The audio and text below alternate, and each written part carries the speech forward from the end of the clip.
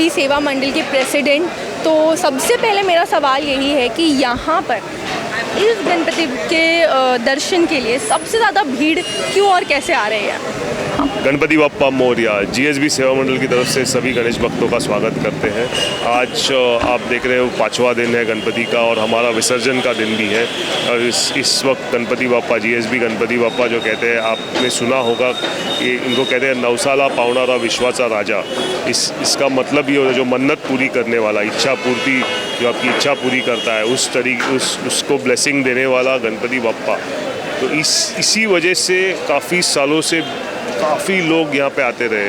एक दिन में करीबन लाखों लोग आके दर्शन करते हैं, अपनी अपनी मनोकामना पूरी करने की मन्नत मांगते हैं और अगले साल वो उसका चढ़ावा या उनकी जो भी मन्नत हो वो पूरी होने के बाद वो गणपति बप्पा को एक ऑफरिंग करते हैं। इसी के चलते भीड़ काफ़ी हद तक बढ़ते गई है और आप देखते हो कि अलग अलग तरीके के लोग, अलग अलग समाज के लोग, अलग अलग इकोनॉमिक स्ट्राटा के लोग यहाँ पे आते हैं और समाज से भगवान की सेवा करते हैं।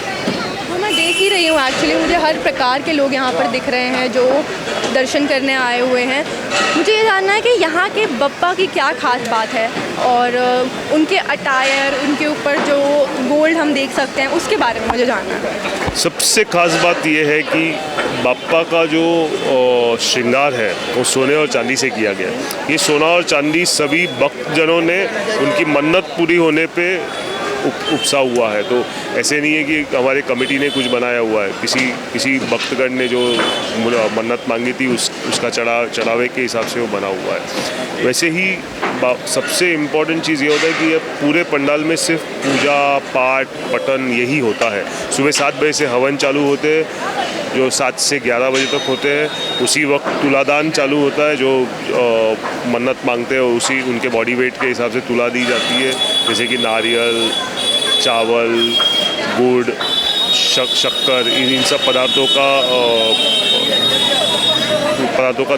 की तुला की जाती है। लेकिन इसके अलावा पूरे दिन में आप सुबह की, दोपहर की पूजा, शाम की पूजा या दीपाराधना पूजा हो, दीपोत्सव हो, ऐसी अलग अलग तरीके की पूजाएं होती है।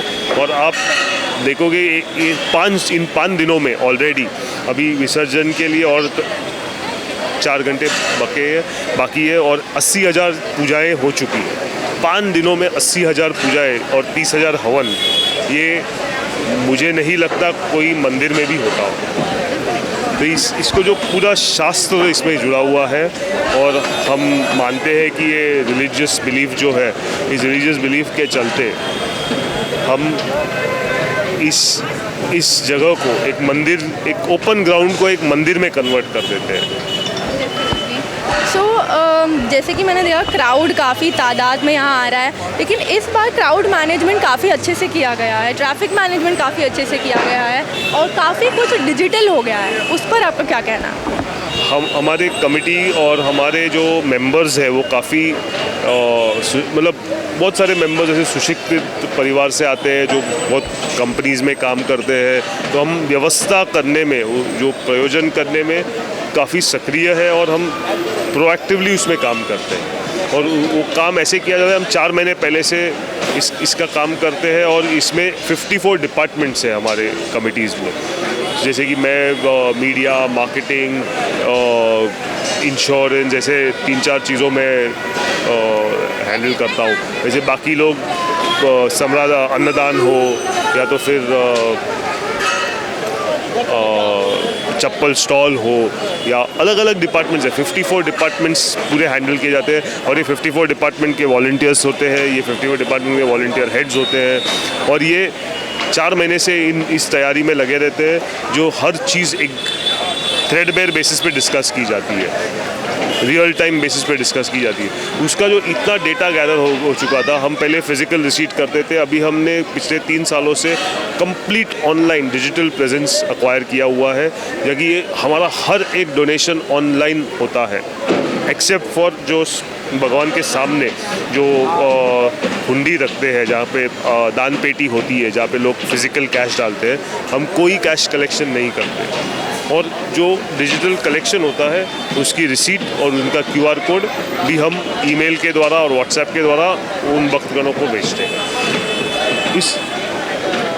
इस पूरे प्रक्रिया में उनको एक QR कोड जो मिलता है, उनको एंट्री लेने के लिए, दर्शन लेने के लिए एंट्री में भी QR स्कैन किया जाता है और वही QR भगवान के सामने प्रसाद लेने के वक्त और उसके पूरा डेटा आता है, उन्होंने क्या सेवा की है, उन्होंने कितने प्रसाद उनको मिलने चाहिए और किस डेट पे उन्होंने प्रसाद लिया था, किस डेट को उनकी पूजा बुकड है, सब डिटेल हमारे पास अवेलेबल रहते हैं। इसे काफ़ी बहुत सारे ऐसे गुण है इस प्रक्रिया के जो हमारे सामने नहीं आते। हम QR कोड स्कैनर की बात कर देते हैं, जो एंट्री का ईज़ देखते हैं, सब बता देते हैं, लेकिन इसके बैक एंड में भी काफ़ी इसके फ़ायदे हैं और वो फ़ायदे ऐसे हैं कि हमारा बैंक रिकन्सिलिएशन हो के आता है, हमारे अकाउंट्स एकदम there is no cash collection, so everything is gone to the bank account. तो टैक्स सर्टिफिकेट हो या और कोई चीज़ हो automatically generate. That is really great कि काफ़ी कुछ डिजिटल हो गया और इतनी सारी सुविधाएं लोगों को दी जा रही है। मेरा आखिरी सवाल है इको फ्रेंडली को लेकर, इस पर आपकी क्या राय है? और क्योंकि काफ़ी लोग आजकल ये मानते हैं कि हर चीज़ इको फ्रेंडली होनी चाहिए, हमें पोल्यूशन नहीं करना है, हमें पानी को भी साफ़ रखना है, तो उस पर आप क्या कहना चाहेंगे? सो इको फ्रेंडली, जो एनवायरमेंटली फ्रेंडली हम कहते हैं, ये हमारे ना सिर्फ हमारे कमेटी को, लेकिन हमारे धर्मगुरु हो या हमारे जो पूरे विश्वस्त लोग हो, उनको सबको ये बहुत इम्पॉर्टेंट एजेंडा है। इट्स अ प्रायोरिटी एजेंडा, इसको हम प्रोएक्टिवली फोकस करते हैं। जैसे कि आपने देखा होगा, हम यहाँ पे अन्नदान करते हैं, उस अन्नदान में शास्त्र के हिसाब से ज़मीन पे बैठ के केले के पत्ते पे खाना परोसा जाता है और वो केले का पत्ता 100% बायोडिग्रेडेबल होता है, हम कोई प्लास्टिक ये वो यूज़ नहीं करते। उसी तरीके से आप देखोगे हमारा गणपति की जो आइडल है, जो मूर्ति है, वो पूरी मूर्ति शाडू की माटी से बनी हुई है। उसको बनाने में करीबन 2-2.5 महीने लगते हैं, बिकॉज इतनी बड़ी मूर्ति शाडू की माटी से बनाने में बहुत टाइम लगता है। इसमें कोई ऑयल कलर नहीं यूज़ करता, नेचुरल कलर यूज़ करते हैं, तो it is entirely eco friendly. जब ये मूर्ति चौपाटी में पानी में जाती है, समुंदर में, आप देखोगे वो ऐसे पिघल जाती है। तो उसका मतलब ये गुण है कि हमारे शास्त्र में ऐसे लिखा हुआ है कि माटी से बननी चाहिए और वो माटी से ही बनाते हैं। और इसी तरीके से हमारे ट्रस्ट का और हमारे विश्वस्तों का ऐसा मानना है कि आगे जाके we want to be carbon net zero in the next 15 years. तो इस तरीके का जो थॉट प्रोसेस है, एक बहुत सारे सामाजिक और धार्मिक संस्थाओं में आज दिखाई नहीं देता, लेकिन आगे चल के दिखेगा। Thank you so much for your time. Thank you, बहुत अच्छा लगा ये जानकर भी कि इको फ्रेंडली है गणपति यहाँ के।